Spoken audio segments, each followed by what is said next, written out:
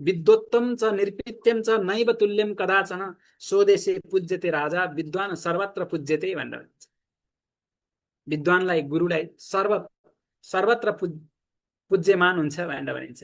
के हो त अब गुरु कसरी बन्ने भन्दाखेरि पहिलो कुरा भन्छ passion. Passion is one of the most important things for the teachers. Lakshmi ma'am, जो प्यासन बाहिर गयो उसको जीवन नर्क भयो भनेर भन्छ। प्यासन भित्र रहेर काम गर्नुपर्छ। प्यासन के हो भन्ने कुरा बुझ्नुपर्छ। प्यासन भनेको अत्यन्त महत्त्वपूर्ण कुरा हो। हामीले कहिल्यै पनि प्यासन भन्दा बाहिर गएर काम गर्नु हुँदैन। प्यासनमा रहेर यदि साँच्चै नै भित्रदेखि म एउटा असल शिक्षक बनेर असल गुरु बनेर मार्गदर्शन गर्छु भनेर भित्रदेखि आउँछ भने मात्रै गुरु बन्नु, नत्र नबन्नु भनेर भनिन्छ। भन्न खोजेको कुरा के हो त भन्दा हामी सबैभन्दा पहिलो कुरा त हामी भित्र प्यासन हुन जरुरी छ। म गर्छु भन्ने आँट हुन जरुरी छ। आफूभित्रको त्यो जुनुनलाई निकाल्न जरुरी छ। त्यो भयो भने मात्रै हामी एउटा असल शिक्षक बन्न सक्छौँ, सफल शिक्षक बन्न सक्छौँ। सफल शिक्षक कसरी बन्ने त भन्दा आफ्नो प्यासनको काम गर्ने, प्यासनलाई चिन्ने भनेर भन्छ। प्यासनको लागि दुईटा चिज चाहिँदो रहेछ मित्रहरू। त्यो भनेको I plus I equals to passion.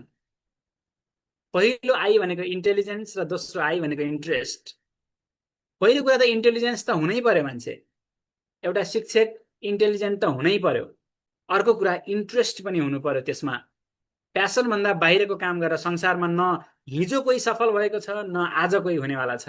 न आज कोही छ, न कोही भोलि हुनेवाला छ। त्यस कारणले गर्दाखेरि प्यासनभित्र रहेर काम गरौँ, पक्कै पनि हामी सफल हुन्छौँ। यहाँहरूले कुखुराको अन्डा देख्नुभएको छ नि मित्रहरू? कुखुराको अन्डा, जब त्यो कुखुराको अन्डालाई बाहिरी एक्सटर्नल फोर्स दिएर फुटालिन्छ, त्यसबाट के बन्छ? त्यसबाट अम्लेट बन्छ, होइन र? जब त्यो कुखुराको अन्डा भित्रबाट आफै फुटेर आउँछ, त्यसबाट कुखुराको बच्चा निक्लिन्छ। त्यो कुखुराको बच्चा भाले भयो भने पनि 1000-1500 भन्दा बढी मूल्यमा बिक्नेवाला छ। पोथी भयो भने पनि त्यस्ता हजारौं अन्डाहरू फेरि उत्पादन गर्न सक्नेवाला छ। जब बाहिरी एक्सटर्नल फोर्स यानी कि अर्काको दबावबाट बनेको चिज छ भने, अर्काको दबावबाट छ भने त्यसको भ्यालु एकदमै कम हुन्छ। जब त्यो भित्रबाट आफै फुटेर आयो नि त्यसको भ्यालु एकदमै बढी हुन्छ भने। त्यति मात्र होइन नि लक्ष्मी म्याम, त्यो अन्डा जब भित्रबाट आफै फुटेर आउँछ उसको नयाँ जीवनको सुरुवात हुन्छ। जबकि बाहिरी एक्सटर्नल फोर्सबाट फुटालिएको अन्डा उसको जीवन त्यही समाप्त हुन्छ।